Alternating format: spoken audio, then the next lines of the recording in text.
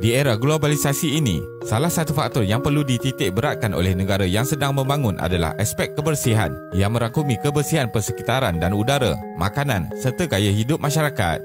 Aspek kebersihan ini sekaligus dapat menunjukkan tahap pemikiran dan gaya hidup serta tahap kesihatan masyarakat.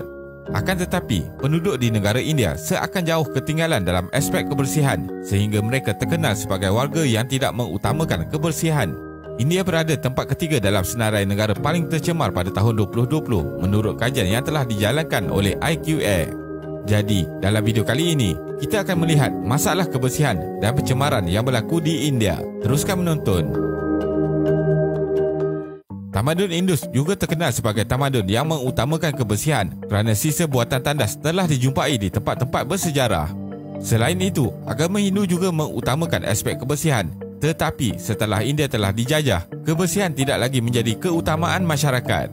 Peningkatan kemiskinan luar bandar di bawah pengaruh penjajah, peningkatan bandar dan penduduk juga menjadi faktor utama kenapa kebersihan tidak menjadi keutamaan.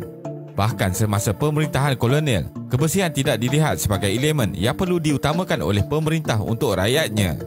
Isu kebersihan persekitaran. Berdasarkan data dari Organisasi Kesihatan Dunia (WHO), seramai 97 juta penduduk di India tidak mendapat punca air yang bersih untuk digunakan sebagai keperluan asas harian. Hal ini berpunca kepada budaya hidup penduduk tersebut yang mengamalkan perbuatan membuang air besar di tempat umum secara sebarangan, di mana menyebabkan punca air utama iaitu sungai telah tercemar. Selain itu, persekitaran seperti bahu jalan dan tempat jalan kaki dalam keadaan sangat kotor kerana dipenuhi dengan sampah dan najis. Hal ini juga berpunca daripada kekurangan fasiliti tandas awam yang tidak disediakan oleh pihak kerajaan. Selain itu, masyarakat setempat juga tidak mempunyai kesedaran untuk menjaga kebersihan diri dan persekitaran. Bagi pencemaran udara di India, kajian telah melaporkan udara penuh toksik merangkut 1.24 juta nyawa pada tahun 2017 yang merangkumi 12.5% dari jumlah kematian keseluruhan tahun tersebut. Selain itu, laporan yang telah dikeluarkan oleh Universiti Chicago mendedahkan bahawa pencemaran tersebut boleh mengurangkan jangka hayat penduduk India sebanyak 4 tahun. Kajian itu juga menunjukkan India mengalami kematian akibat masalah kesihatan pada skala besar disebabkan oleh pencemaran udara iaitu sebanyak 26.2% yang melebihi peratus dari jumlah keseluruhan seluruh dunia berbanding 18.1% yang dikongsi bersama populasi global. Isu kebersihan makanan. Berdasarkan statistik, keracunan makanan adalah penyakit kedua yang menjadi wabak di India pada tahun 2017. Bilangan kes meningkat dari 50 kes pada tahun 2008 kepada 242 kes pada tahun 2017. Sebuah kajian mendapati terdapat wabak keracunan makanan di bandar Maharashtra, India di mana melibatkan 4,000 orang yang menghadiri majlis keagamaan.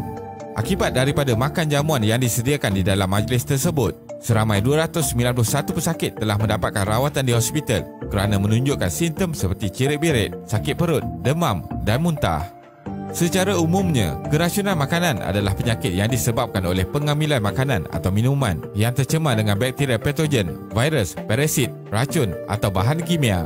Namun, sebilangan besar orang pulih tanpa memerlukan rawatan. Dalam kebanyakan kes, makanan yang menyebabkan penyakit itu telah tercemar oleh bakteria seperti salmonella atau virus seperti novavirus. Pencemaran makanan boleh terjadi pada bila-bila masa bermula dari pembuatan hingga pemprosesan dan pengiriman produk. Punca lain ialah apabila patogen dipindahkan dari satu permukaan ke permukaan yang lain, terutamanya dalam kes makanan mentah. Oleh kerana makanan ini tidak dimasak sebelum dimakan, patogen tidak dimusnahkan dan boleh menyebabkan keracunan makanan. Oleh itu, pencemaran makanan boleh berlaku pada setiap tahap proses dari pengeluaran makanan hingga penggunaan. Tindakan India. Perdana Menteri India Narendra Modi telah melancarkan kempen Swachh Bharat untuk membersihkan India. Beliau mengumumkan kempen yang bertujuan untuk membina tandas untuk 12 juta isi rumah bandar, 25 juta tandas awam dan 30 juta tandas masyarakat.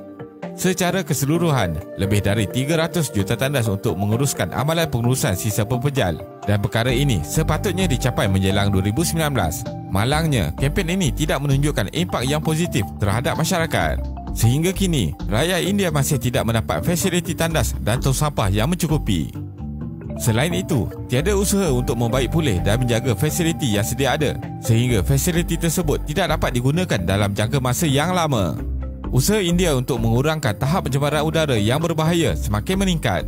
Sebagai langkah utama di peringkat nasional, Kementerian Alam Sekitar, Hutan dan Perubahan Iklim telah melancarkan program udara bersih NCAP. Di peringkat tempatan, bandar-bandar di seluruh India telah mengambil langkah untuk mengurangkan pencemaran udara. Kedua-dua tindakan peringkat nasional dan bandar adalah topik utama di sidang kemuncak pembangunan lestari dunia yang diadakan di New Delhi.